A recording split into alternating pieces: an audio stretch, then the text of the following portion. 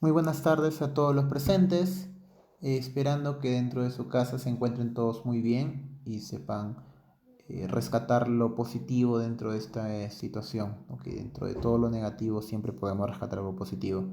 Mi nombre es Carlos Arnaqué, soy profesor de Ciencias Sociales, ¿no? En estos momentos vamos a tocar el curso de Historia Universal y el tema sería del Paleolítico al Neolítico. ¿No? Ya habíamos tocado anteriormente el tema de la hominización, ¿no? Y dentro del concepto de hominización estamos hablando o rescatando de la evolución que ha tenido el ser humano, ¿no? De una especie a otra, ¿no? Y eso se va a dividir en esta clase en cómo ha pasado desde un concepto de inteligencia, qué tuvieron que hacer, qué espacios, qué estrategias pudieron rescatar para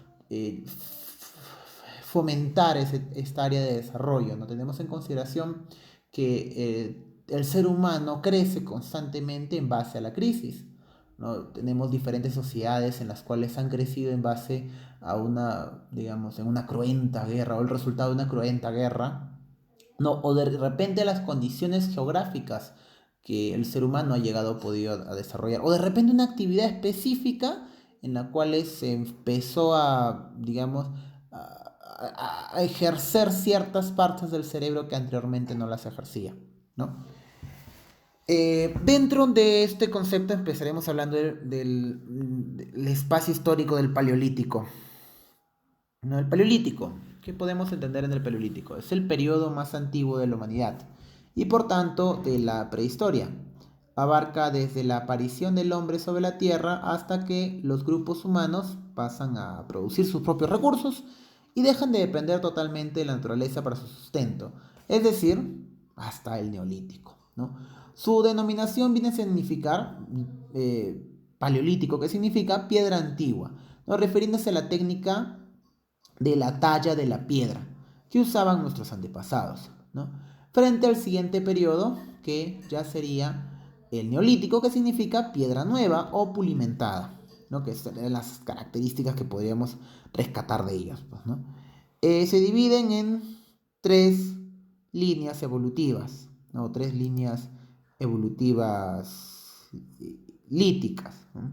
Tenemos el paleolítico inferior, tenemos el paleolítico medio y tenemos el paleolítico superior. Cada espacio tenemos que rescatar que hay una especie diferente de Homo, ¿no?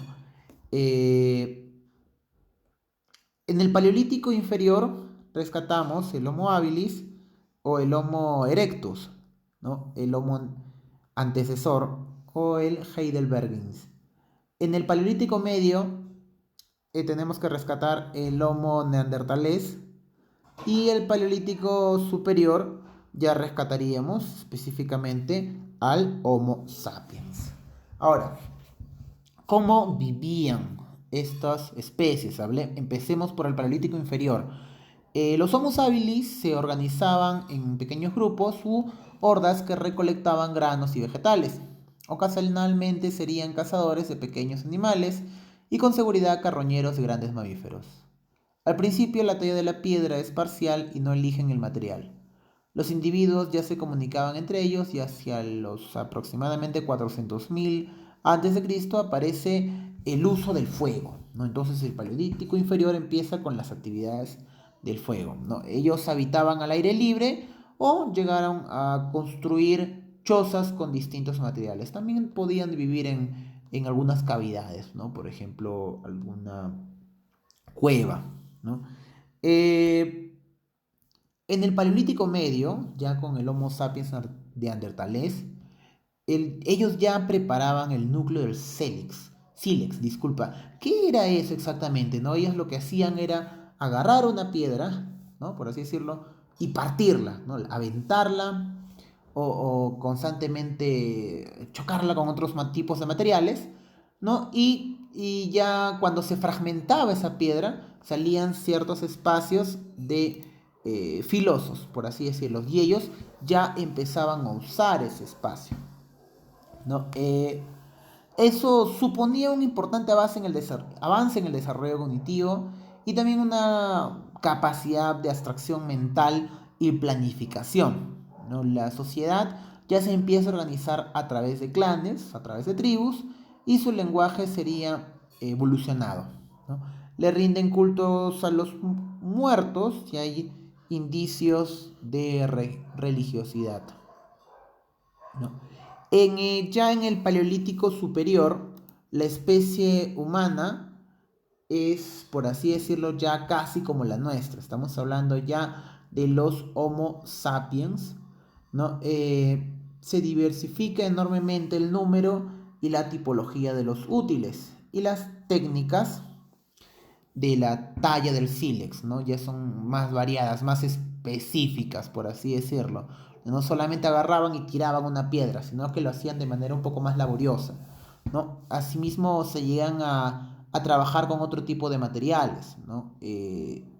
Por ejemplo, el hueso, trabajaban la madera, trabajaban materiales con los vegetales específicos, ¿no? Entonces el hombre ya tiene un pensamiento un poco más abstracto, ¿no?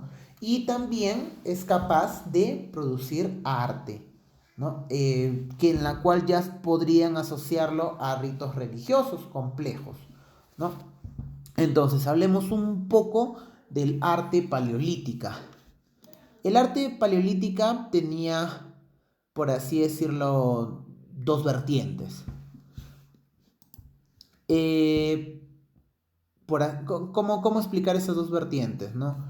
Tenemos el tipo parietal o rupestre, ¿no? Y el arte mueble, ¿no? Hablemos del arte rupestre, ¿no? En el Paleolítico ya había una extraordinaria riqueza en esos aspectos, ¿no? Representaban figuras de animales, eh, muy raramente humanas, ¿no?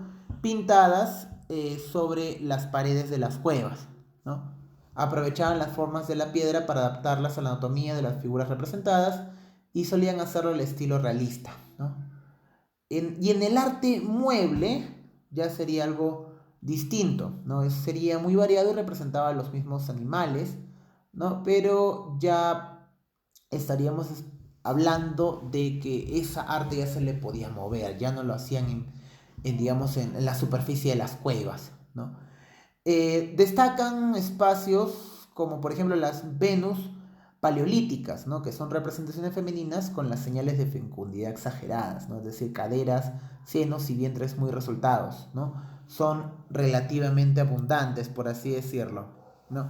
Dentro de este espacio hay que suponer mucho el concepto de cómo habrá sido la belleza. La belleza es un espacio que cambia según la sociedad, ¿no? De repente en estos casos, y al ver este tipo de imágenes, ¿no? Al ver este tipo de arte, podremos imaginarnos que en ese entonces las mujeres que, o de repente también los hombres que tenían mucha opulencia, implicaba de que tenían mucho de dónde subsistir, ¿no? Y entonces al tener ese tipo de apariencia, digas, caramba, es una persona que puede proveer, ¿no? Ya estamos entrando a otro espacio de nuestra explicación y estamos entrando ya al neolítico, ¿no? El neolítico. Ya al final del paleolítico, ¿no? En torno a los años 9000 a.C., 9000 años antes de Cristo, tuvo lugar el periodo neolítico. Fue una etapa de transformaciones profundas, ¿no?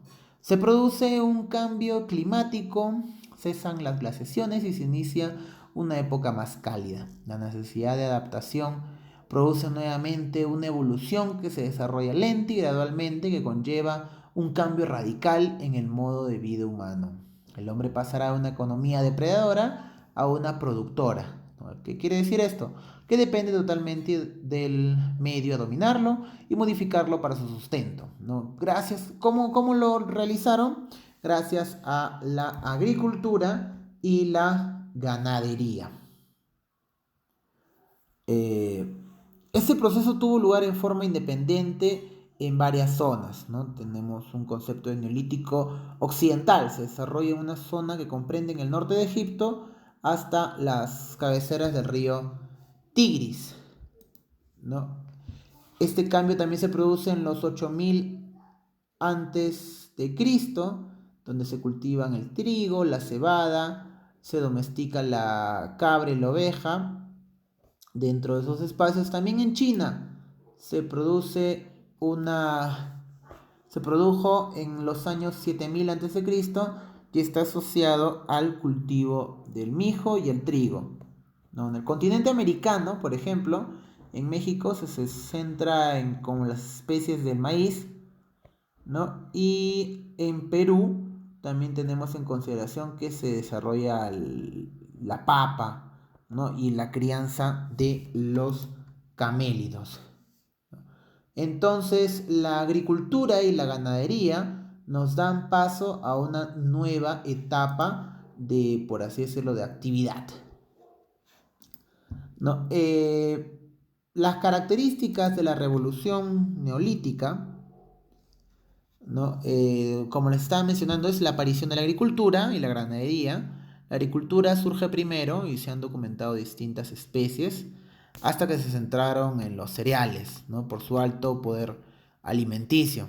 La ganadería era al principio secundaria, ¿no? Y se desarrolló con la cría selectiva. Con la cría selectiva, ¿no? Pero poco a poco se fue desarrollando entre ambas, ¿no? La agricultura y la ganadería se le podría proporcionar alimentos durante todo el año, ¿no? Lo cual no sucedía antes, ¿no? Lo cual pasaban por distintas dificultades para encontrar alimento en ciertos sectores del año, por así decirlo, ¿no? Estos avances produjeron en realidad una vida sedentaria, ¿no? Efectivamente, estas comunidades no necesitaban ser nómadas porque tenían el sustento asegurado todo el año. Eso sí, debían adecuarse y mantenerse junto a las zonas de cultivo, ¿no? Surgen los primeros asentamientos sedentarios, ¿no? Como tenemos en consideración el de Jericó, de Palestina, ¿no? Y también el de Catalhuyuk, que fue mencionado en Turquía, el de Catalhuyuk. He juntado bastantes imágenes acerca de Catalhuyuk. También tenemos en consideración la edad de los metales, por así decirlo, ¿no? También se dividió tanto en procesos de pensamiento también como la actividad misma de cómo aprovechar los metales,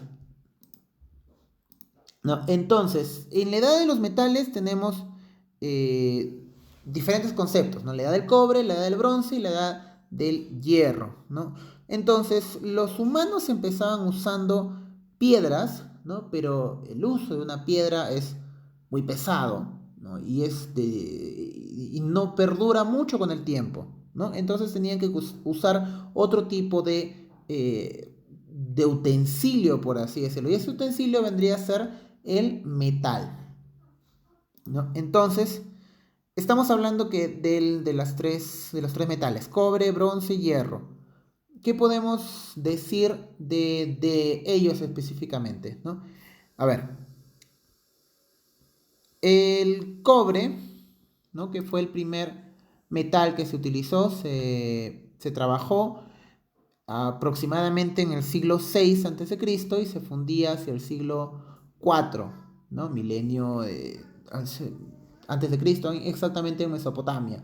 Entonces eso le permitía realizar otro tipo de actividades, tener otro tipo de construcciones, inclusive mejoraba en la ingeniería, ¿no? Como ustedes podrían observar dentro de la diapositiva, está el desarrollo de ciudades más grandes, ¿no? Murallas de defensa, ¿no? Que podría decirlas, los grupos sociales, eh,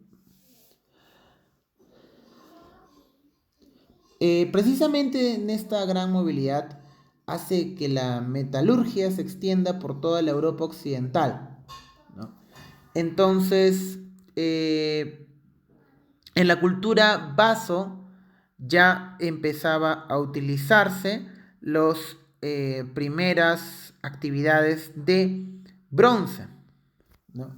Metal que resultaba de la aleación del cobre con el estaño u otros metales con la que gana dureza y resistencia, ¿no? Estos pueblos se empezaban a mezclar y daban una variada regionalización cultural, lo que alcanza cuotas muy brillantes, ¿no? Por ejemplo, en el Egeo. Y ya en el siglo II a.C., en la micénica, en la minoica, ¿no? Está en nuestras clases de de historia universal, también vamos a ver cuáles son los orígenes de los griegos, ¿no? Y después de ello ya se empieza a desarrollar también la edad del hierro, ¿no? Ahora, antes de pasar con la edad del hierro, en la edad del bronce hay numerosas culturas locales y sociedades plenamente sedentarias, ¿no? Con estructuras jerarquizadas y tenían una base agraria, ¿no? Que practicaban ampliamente el comercio, influyéndose unas a otras con el enriquecimiento cultural mutuo. Ahora, a finales del siglo II a.C., se produce un movimiento de los pueblos provenientes de Oriente que basan su poderío en la metalurgia del hierro, lo que les daba una superioridad manifiesta sobre las otras culturas. Estos pueblos se asientan sobre las culturas de bronce, ¿no? Finalmente, aunque sin romper realmente con ellas, ¿no? Practican la incineración e introducen las cenizas del difunto en urnas. ¿Cómo así? Las sociedades que empezaron a encontrar aleaciones mucho más, por así decirlo, útiles, empezaron a conquistar a los pueblos que todavía no la encontraban. O sea, las poblaciones de la Edad del Hierro conquistaban a la de bronce. Hay que tener en consideración que estamos hablando del siglo II, el siglo III, el siglo V antes de Cristo. Ya utilizaban este tipo de aleaciones, lo cual, si es que lo trasladamos a las culturas amerindias, ¿no? Por ejemplo, la cultura chavín. En la cultura chavín recién empezaron a utilizar aleaciones y trabajar los metales aproximadamente en el 1000 después de Cristo. Ahora, hay que tener en consideración que en esa situación ya nos llevaban cerca de 1200 o 1300 años de ventaja a los pueblos amerindios, ¿no? Entonces, como les estaba indicando, ¿no? Las culturas de la Edad del Hierro empezaban a superponerse sobre las de la cultura de la Edad del Bronce, ¿no? La Edad del Hierro, específicamente la centroeuropea, ¿no? Cuando este metal muy abundante en la naturaleza, pero se requiere del notable desarrollo tecnológico para su fundición, ¿no? Y este trabajo empezó con la cultura Hallstatt, que empieza a marcarse en la Edad de Hierro, ¿no? Al final yo les pongo un espacio de cronología, ¿no? O diferencias que ustedes pueden encontrar en el Paleolítico, en el Neolítico, ¿no? De tanto la economía, el arte, la organización social y el material empleado. Muchas gracias a todos los presentes. Eso ha sido todo conmigo y nos vemos en una próxima oportunidad. Hasta luego.